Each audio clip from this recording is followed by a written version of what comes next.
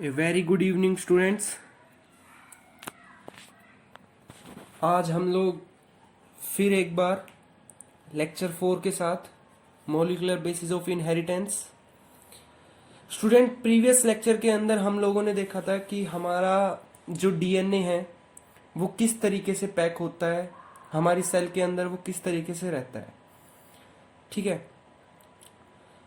हमने histone protein के बारे में पढ़ा था, न्यूक्लियोसोम्स के बारे में पढ़ा था, H1 जो हिस्टोन प्रोटीन है होता है उसका मेन फंक्शन क्या होता है उसके बारे में देखा था लास्ट लेक्चर के अंदर। आज जो हम देखेंगे वो हमारा लेक्चर रहेगा बेटा एक्सपेरिमेंट से, कि कौन कौन से एक्सपेरिमेंट हुए थे ये प्रूव करने के लिए कि जो डीएनए होता है वो हमारा जेनेटिक मटेरियल होता है। बेटा बहुत ज्यादा दिक्कत आ रही थी उस टाइम पे साइंटिस्ट को, जब 1900 में आपका क्रोमोसोमल थ्योरी ऑफ इनहेरिटेंस आ गई थी। 1908 में जब क्रोमोसोमल थ्योरी ऑफ इनहेरिटेंस आ गई थी, 1900 में जब मेंडल के लॉ को प्रूव कर दिया था तीनों साइंटिस्टों ने, उसके बाद बहुत ज्यादा दिक्कत आ गई थी कि क्रोमोसोम जो होता है वो प्रोटीन और डीएनए का बना हुआ होता है। उस टाइम पे फिर ये बात निकल के आई कि प्रूव करो कि डीएनए होता है या आरएनए होता है एक जेनेटिक मटेरियल, सॉरी डीएनए होता है या प्रोटीन होता है। क्योंकि टीएच मॉर्गन ने ये कह दिया था, क्रोमोसोमल थ्योरी दे दी थी, और क्रोमोसोम के अंदर उन्होंने देख लिया था कि दो तरह के मॉलिक्यूल होते हैं, एक डीएनए होता है और एक प्रोटीन होता है। तब जाके उनके अंदर ये लड़ाई होने लगी कि डीएनए होता है जेनेटिक मटेरियल या प्रोटीन होते हैं। ठीक है, अब इस चीज को प्रूव करने के लिए बेटा कई तरीके के आपके एक्सपेरिमेंट किए गए। फर्स्ट, जब आपका ये देखो टीएच मॉर्गन ने जब आपकी थ्योरी दे दी थी, क्रोमोसोमल थ्योरी, तब ये पता चल चुका था कि क्रोमोसोम दो पार्ट का होता है, एक डीएनए का और एक प्रोटीन का, हिस्टोन प्रोटीन का और डीएनए का। ठीक है, उस टाइम पे साइंटिस्टों को ये एक्सपेरिमेंट करके चूज करना था कि इनमें से कौन सा आपका जेनेटिक मटेरियल प्रेजेंट होता है। ठीक है ना। उसके बाद बेटा कई सारे एक्सपेरिमेंट किए गए डीएनए की हेरिडिटी को लेके, कई सारे बैक्टीरिया और वायरस के ऊपर। ठीक है, एक एक देखेंगे। इनमें सबसे फर्स्ट जो एक्सपेरिमेंट किया था वो किया था 1928 में ग्रिफिथ ने। उसके बाद उसी के स्टूडेंट थे एवरी मैकार्टी। ठीक है ना, उन्होंने एक्सपेरिमेंट किए थे डीएनए को लेके। ठीक है, एक एक एक्सपेरिमेंट को करेंगे। फर्स्ट आता है बेटा हमारा ग्रिफिथ एक्सपेरिमेंट। 1928 में ग्रिफिथ ने क्या किया, एक एक्सपेरिमेंट किया माउस के ऊपर। एक बैक्टीरिया था स्ट्रिप्टोकोकस निमोनी, जो कि निमोनिया करता है। ठीक है ना, जो कि निमोनिया करता है। निमोनिया बेसिकली क्या करता है, आपकी जो लंग्स होती है उसके अंदर बेसिकली सांस लेने में बहुत ज्यादा दिक्कत करता है और डेथ हो जाती है। ठीक है, स्ट्रिप्टोकोकस निमोनिया बैक्टीरिया। अब ये जो बैक्टीरिया होता है बेटा ये आपका दो तरीके का होता है, एक स्ट्रिप्टोकोकस होता है जो कि आपका इन्फेक्शन करता है। ठीक है ना, और एक होता है आपका न्यूमोनोकोकस। ठीक है, दो तरीके का बैक्टीरिया होता है, एक न्यूमोकोकस और एक स्ट्रिप्टोकोकस। स्ट्रिप्टोकोकस को S3 से दिखाते हैं, स्ट्रिप्टोकोकस को S3 स्ट्रेन से दिखाते हैं, और निमोनोकोकस को हम लोग R सेकंड से दिखाते हैं।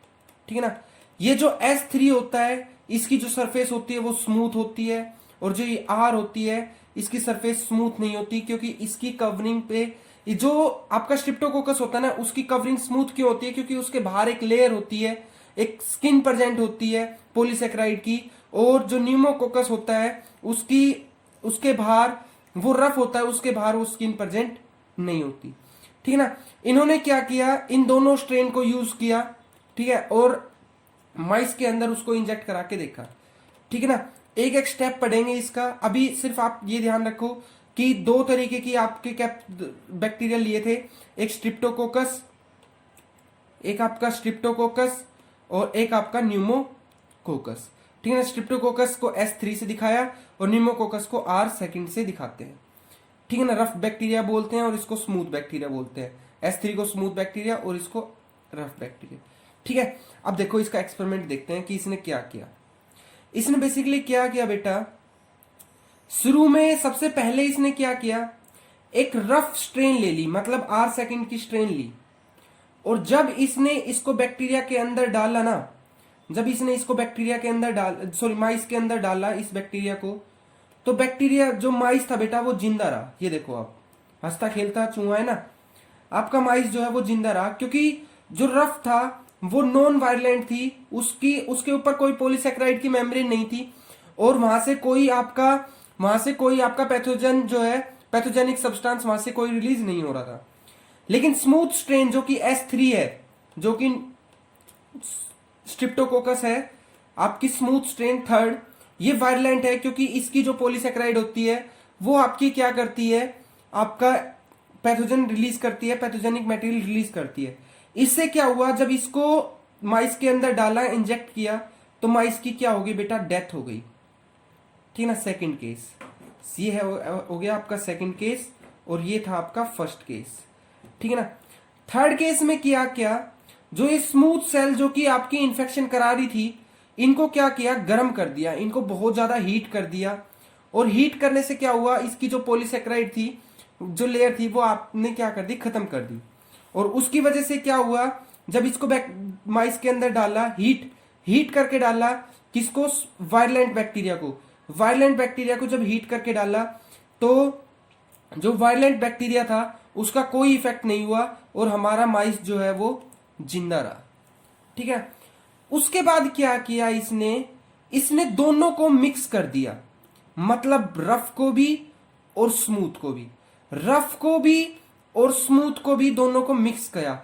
और स्मूथ में भी कौन से, हीट किल्ड भाई, हीट किल्ड की वजह से क्या आ रहा था, आपका जो माइस था वो लाइव था, मतलब जिंदा था। ठीक है।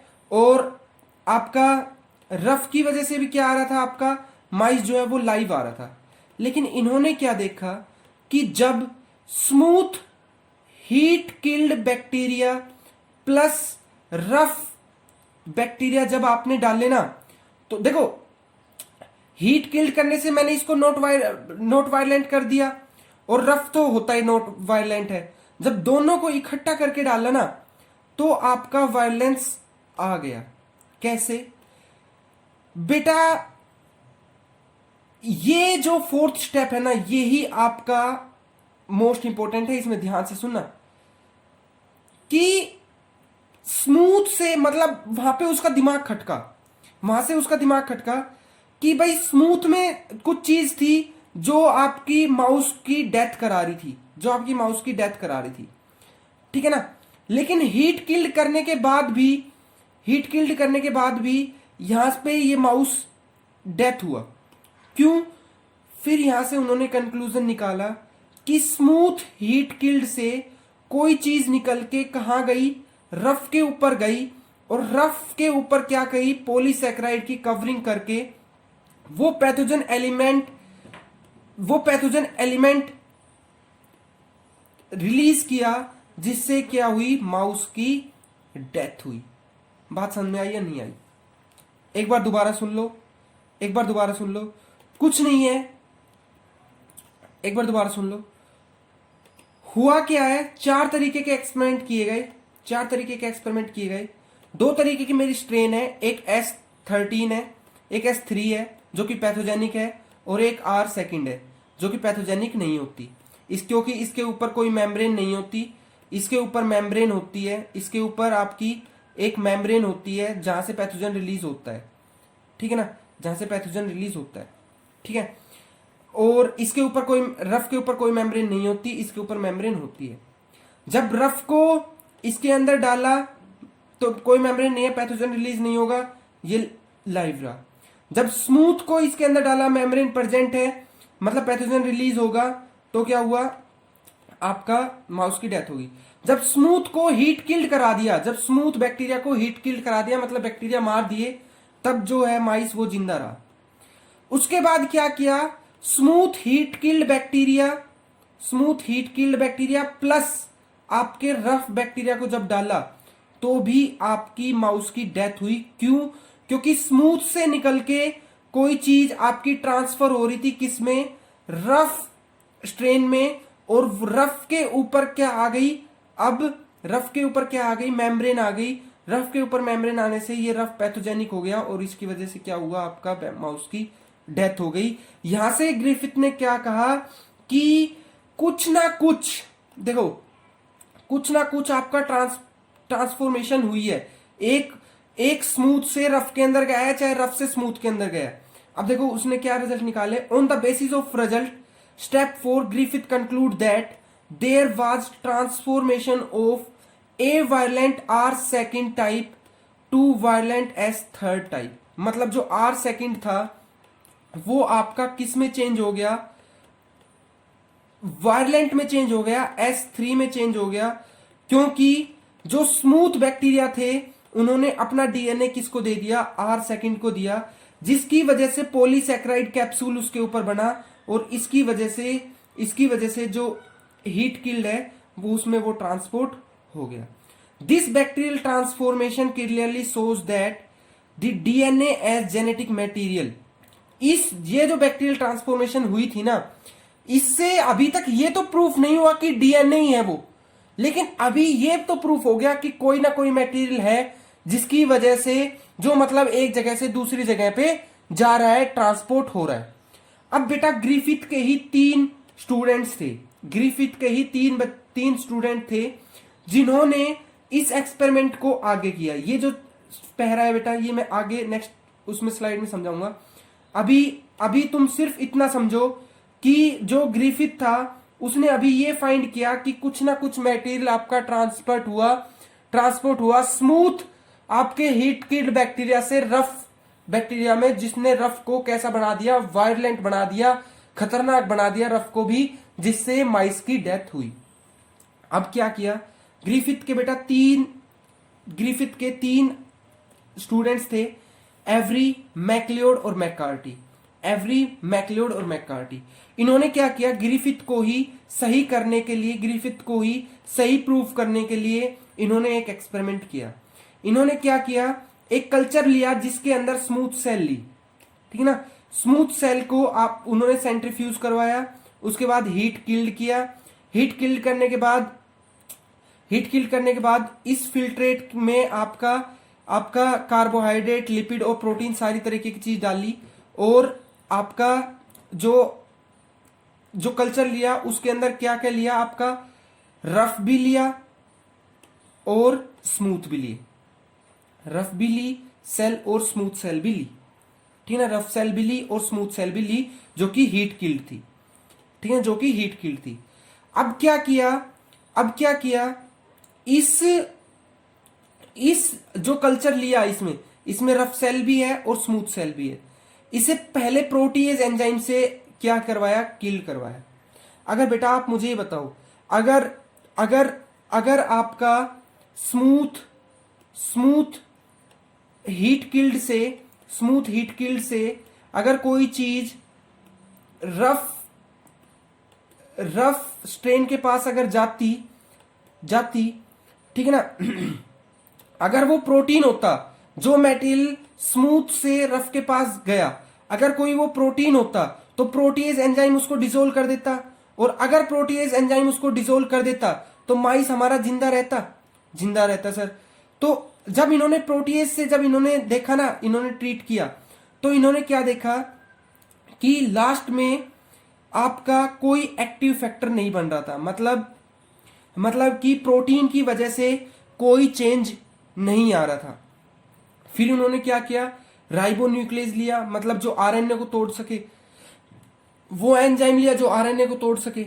अब क्या हुआ कि स्मूथ को अगर स्मूथ रफ में अगर आरएनए भेजता तो क्या होता कि आपका आरएनए इस राइबोन्यूक्लियस से क्या होता, आपका खत्म हो जाता और आपका जो माइस है वो जिंदा रहना चाहिए था, मतलब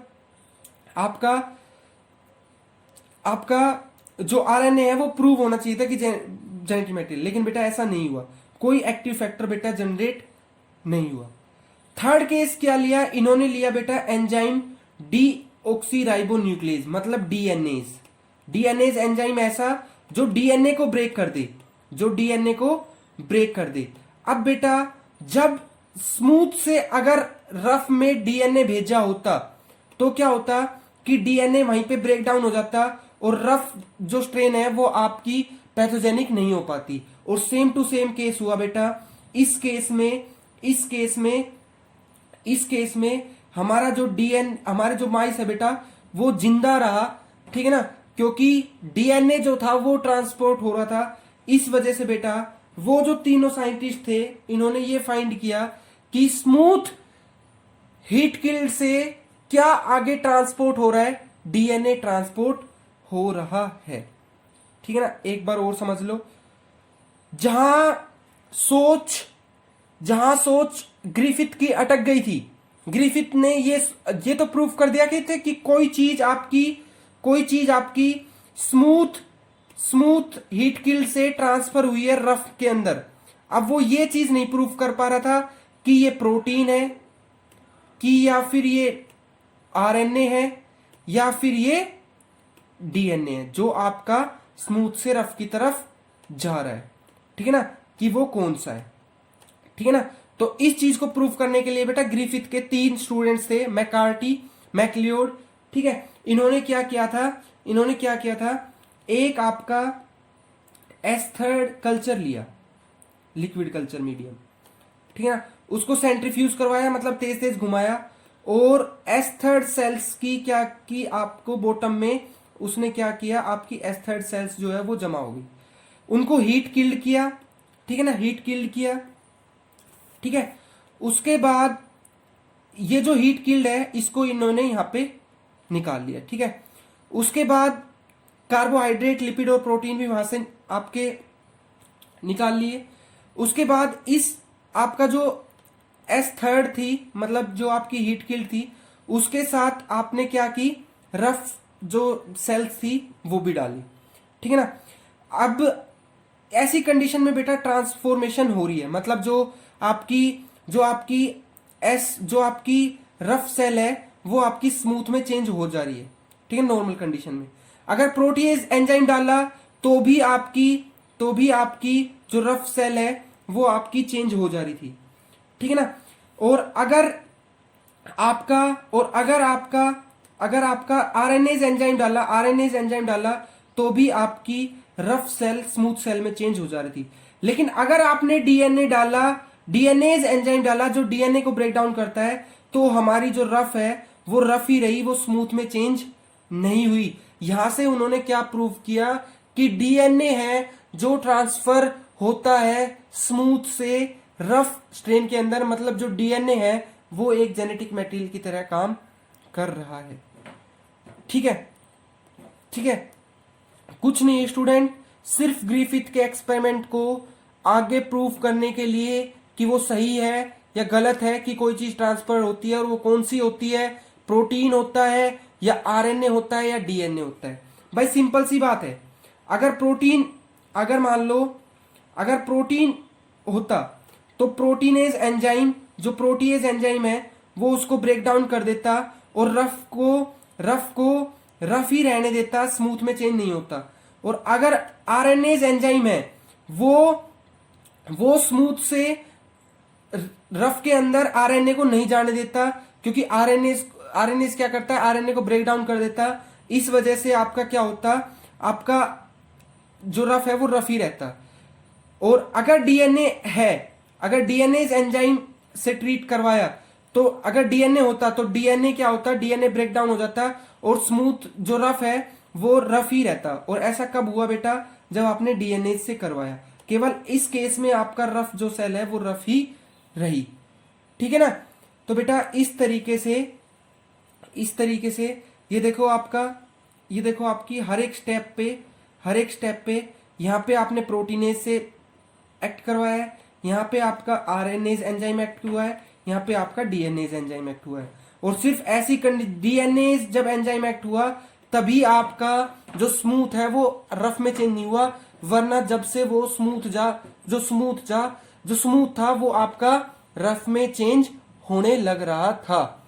मतलब कि भाई जो स्मूथ था वो रफ में क्या भेजने लग रहा था, जो स्मूथ था वो रफ में क्या भेजने लग रहा था, डीएनए भेजने लग रहा था, ठीक है ना, प्रोटीन नहीं भेजने लग रहा था, ना ही आरएनए भेजने लग रहा था, डीएनए भेजने लग रहा था। जब इस डीएनए को यहीं पे रोक दिया ना, तब आपका जो ये रफ है, ये आपका रफ ही रहा, ये स्मूथ में चेंज नहीं हुआ। ठीक है बेटा, आई होप आपको यहाँ पे समझ में आ गई होगी ये बात। नहीं आती तो भी आप एक बार कमेंट बॉक्स में लिख देना, मैं आपको तब भी समझा दूंगा। ठीक है, तो इस तरीके से बेटा इन्होंने अपना कंक्लूजन दिया। कंक्लूजन क्या दिया कि भाई ट्रांसफॉर्मेशन होती है, जो एस्थर्ड बैक्टीरियम है, ठीक है ना, उसको 3 बैक्टीरिया से, आपका 3 एंजाइम से ब्रेक डाउन करवाया गया था। ठीक है ना, लेकिन इन दोनों का कोई इफेक्ट नहीं पड़ा था, आरएनए का और प्रोटीन का। सिर्फ इफेक्ट किसका पड़ा था? डीएनए एंजाइम का पड़ा था। ठीक है ना, तो इसलिए बेटा जो डीएनए है वो आपका ट्रांसफॉर्मेशन मटेरियल था। ठीक है, उसके बाद बेटा 2 साइंटिस्ट आए, हर्सी एंड चेज। उसके बाद बताए क्या हुआ था? जब ये दोनों ने, 3 जो साइंटिस्ट थे, ग्रिफिथ के जो स्टूडेंट थे, उन्होंने जब एक्सपेरिमेंट दे दिया था, उसके बाद भी एक साइंटिस्ट थे जिन्होंने ये कहा था कि जो डीएनए होता है ना, वो तो सिंपल न्यूक्लियोटाइड की चेन से रिपीटिंग यूनिट होती है, मतलब सिमिलर न्यूक्लियोटाइड रिपीट होता रहता है, इसलिए डीएनए जेनेटिक मटेरियल नहीं होता, प्रोटीन जेनेटिक मटेरियल होता है। अब उस एक्सपेरिमेंट को, उसकी जो कंक्लूजन थी, उसको डिस्प्रूव करने के लिए और साइंटिस्ट ने डीएनए के ऊपर मेहनत की, हर्सी एंड चेज ने। हर्सी एंड चेज, ये जो आप फोटोग्राफ देख रहे हो, ये हर्सी एंड चेज की है। इन्होंने कंफर्म कर दिया कि डीएनए ही आपका क्या होता है? जेनेटिक मटेरियल होता है। ठीक है ना, हर्सी एंड चेज ने इन्होंने क्या किया? एक वायरस लिया, बैक्टीरियोफेज, जो कि किसको इन्फेक्ट करता है? बैक्टीरिया को इन्फेक्ट करता है। ये ऐसा वायरस है जो किसको इफेक्ट करता है? बैक्टीरिया को इफेक्ट करता है। ठीक है, बैक्टीरिया को इफेक्ट करता है, और इसके ऊपर बेटा दोनों चीज होती है। इसके ऊपर प्रोटीन की तो कवरिंग होती है, और अंदर जेनेटिक मटेरियल उसका डीएनए होता है। डीएनए इसका जेनेटिक मटेरियल होता है, और कवरिंग होती है इसकी प्रोटीन की। ठीक है ना, तो मेरे पास दोनों चीज है, प्रोटीन भी है और डीएनए भी है। और अगर ये किसी बैक्टीरिया को इन्फेक्ट करता है, तब मैं देखता हूं कि ये प्रोटीन की वजह से होता है या डीएनए की वजह से होता है। यही चीज हर्सी एंड चेज ने की थी। ठीक है ना, एक बैक्टीरिया इकोलाई को इन्होंने क्या करवा के देखा था? इन्फेक्ट करवा के देखा था। तो हिस्ट्री की बात कर लेते हैं बेटा। हिस्ट्री में क्या हुआ था? आपका 3 साइंटिस्ट ने तो प्रूव कर दिया था, उसके बाद भी एक ये बंदे थे, ठीक है ना, इन्होंने लेवेनस, इन्होंने क्या की? टेट्रा न्यूक्लियोटाइड हाइपोथेसिस दे दी कि भाई न्यूक्लियोटाइड तो सेम रिपीटिंग यूनिट होती है, इसकी वजह से चेंजिंग नहीं आते, प्रोटीन असली चीज होती है, ये जो है ये आपकी ट्रांसपोर्ट होती है एक जनरेशन से दूसरी जनरेशन में।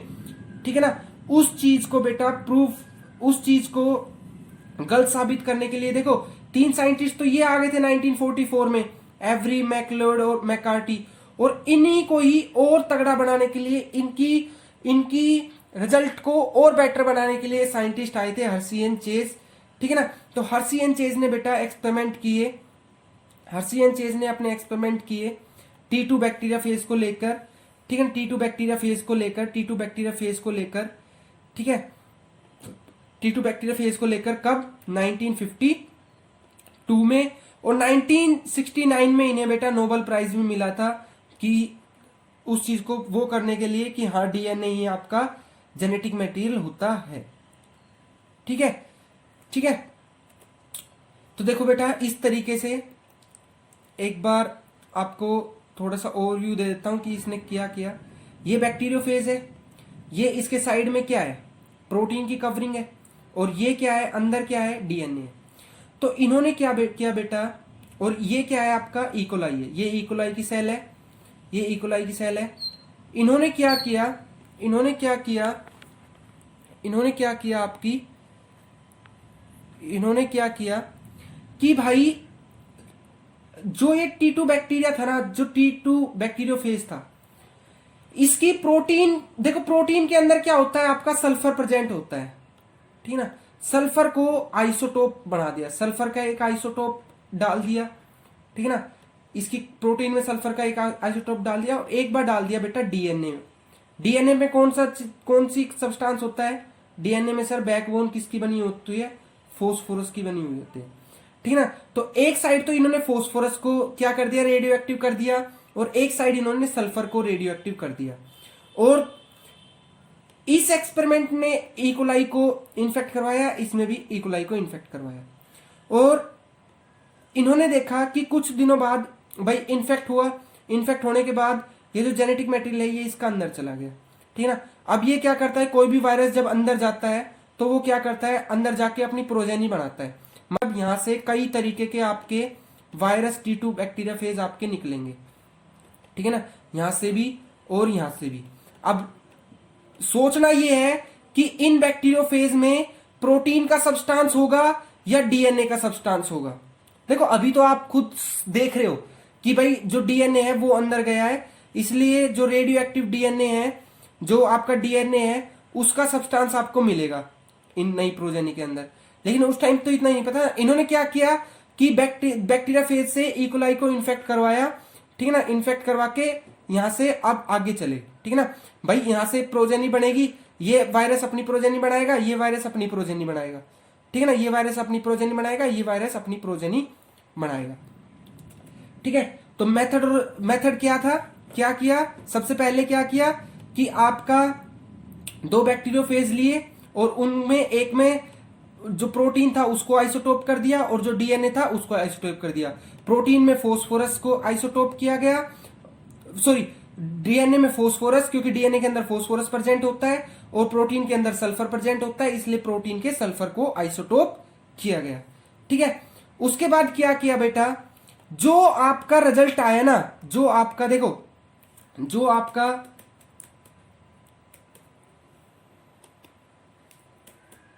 आपका ये यहां से देखो, यहां से इसके बाद क्या होगा, इसके बाद नेक्स्ट क्या होगा कि यहां पे कई सारे वायरस आपके इसके इकोलाई के अंदर से जब बाहर निकलेंगे तो कई सारे वायरस बाहर निकलेंगे, ठीक है ना, कई सारे वायरस बाहर निकलेंगे। अब उन वायरस को क्या कर लिया हमने, एक जगह पे इकट्ठा कर लेते हैं, ठीक है ना, एक जगह पे हमने क्या कर लिया, उनको इकट्ठा कर लिया, ठीक है ना, दोनों को। एक में वो थे जिनमें सल्फर, जिनमें प्रोटीन को वो करवाया था, और एक में डीएनए को। फिर क्या किया बेटा, फिर क्या किया, इनको सेंट्रीफ्यूज करवाया। सेंट्रीफ्यूज बेटा बिल्कुल हाई स्पीड पे होता है, और जब सेंट्रीफ्यूज करवाने के बाद आपने इन एपेंडोफ ट्यूब में देखा ना, इन ट्यूब में देखा तो आपको बेटा सल्फर तो बिल्कुल भी नहीं मिला, सल्फर तो आपने बिल्कुल भी नहीं मिला, और आपको क्या मिला, आपको क्या मिला, फोस्फोरस मिला। इसलिए बेटा नेक्स्ट जनरेशन के अंदर क्या गया, फोस्फोरस गया। यहां से इन्होंने कंक्लूजन दिया कि फोस्फोरस किसका रेडियो एक्टिव करवाया था, डीएनए का। तो यहां से इन्होंने क्या कंक्लूजन दिया कि जो डीएनए है वो आपका जेनेटिक मटेरियल होता है, वो एक जनरेशन से दूसरी जनरेशन में पास होता है, ठीक है ना, ठीक है बेटा। इस तरीके से हर्सी एंड चेज ने क्या करवाया, जो प्रोजेनी थी उनमें क्या मिला, उनमें क्या मिला बेटा, P32 मिला, S32 S35 आपको बिल्कुल देखने को नहीं मिला था, ठीक है ना, ठीक है ना। तो ये आपके सारे मेथड बता रखे हैं कि पहले आपका क्या किया, रेडियो एक्टिव एलिमेंट को उन्होंने 4 घंटों तक ग्रो करवाया, उसके बाद बैक्टीरिया फेज से बैक्टीरिया को इन्फेक्ट करवाया, उसके बाद क्या होता है कि बैक्टीरिया जब इन्फेक्ट कर जाते हैं, जैसे मान लो ये आपकी इकोलाई है, इसके ऊपर वायरस को लगा दिया, अब वायरस ने जब अपना जेनेटिक मटेरियल इसके अंदर डाल दिया तो इस वायरस को हटा देते हैं यहाँ से, उसको हम ब्लेंडिंग बोलते हैं, ठीक है। उसके बाद ये वायरस यहाँ पे अंदर जाने के बाद अपनी कॉपी बनाएगा। अब जो इसने यहाँ पे अपनी कॉपी बनाई, उन कॉपी को हमने सेंट्रीफ्यूज करवाया, और सेंट्रीफ्यूज करवाने के बाद हमने देखा, सेंट्रीफ्यूज क्या होता है बेटा, हाई स्पीड पे घुमाते हैं और वो जो सेल होती है वो सारी ब्रेक डाउन हो जाती है, और ब्रेक डाउन होने के बाद हमने देखा कि रेडियो एक्टिव फोस्फोरस प्रेजेंट था और आपका सल्फर प्रेजेंट नहीं था, ठीक है।